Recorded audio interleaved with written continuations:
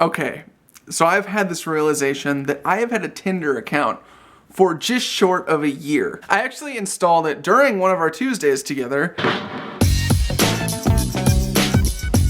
I think it's been enough time to kind of have a clear reflection on what is going on. I really wanted to see if there were benefits to it or if there were things that were really harming us because of it. Now the only thing it's doing for me is supplementing my high fiber diet. I cannot be the only one giving the swipe of approval upon my porcelain throne, which really makes me think about the way that our world is going.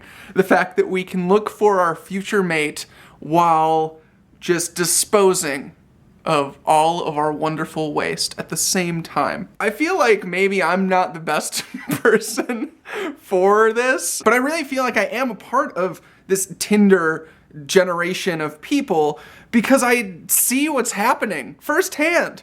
Why are people on this app? I actually hit this point months ago where I admitted to myself that I didn't want to be in a relationship of any kind, but I still found myself on this app as just a thing I did. You know, you check your Facebook, all the social media things, like, oh, I'm gonna go play Tinder for a little while and match with all these people that are like 2 miles away that I've never seen in my entire life before.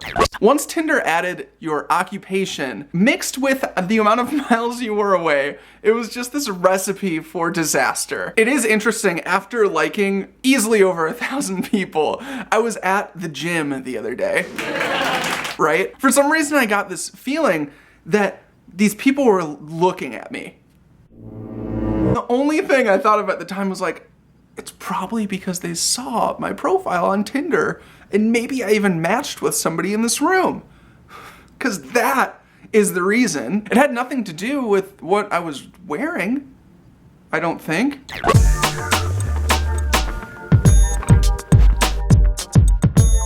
What I kind of get out of Tinder is this sense of confidence, I guess, that people can get, and if they need that, go for it, right? Because on Tinder, it does a really interesting thing, and it's that it shows you all the people who liked you, and it does not tell you how many people disliked or swiped you.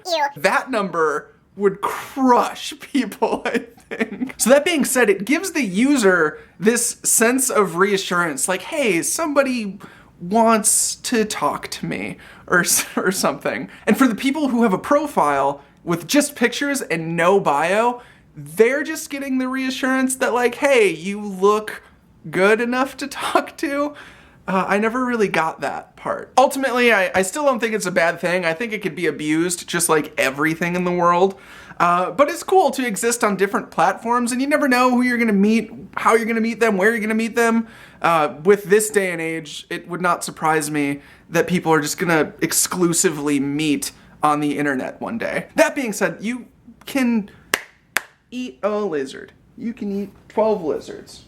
I did a new thing here and up there and right here, and I'll do a new thing next week, so I'll see you next Tuesday. All right, so for a real conclusion, the reason that I wanted to talk about this is because it made me reevaluate why I was doing these things I was falling into routine of, like Tinder. But it's important to think about these things because if you're choosing to spend time on apps like this and you think it's productive, you should keep doing it. But if it's not productive to you anymore, you can just cut it out and then find something else to be productive with.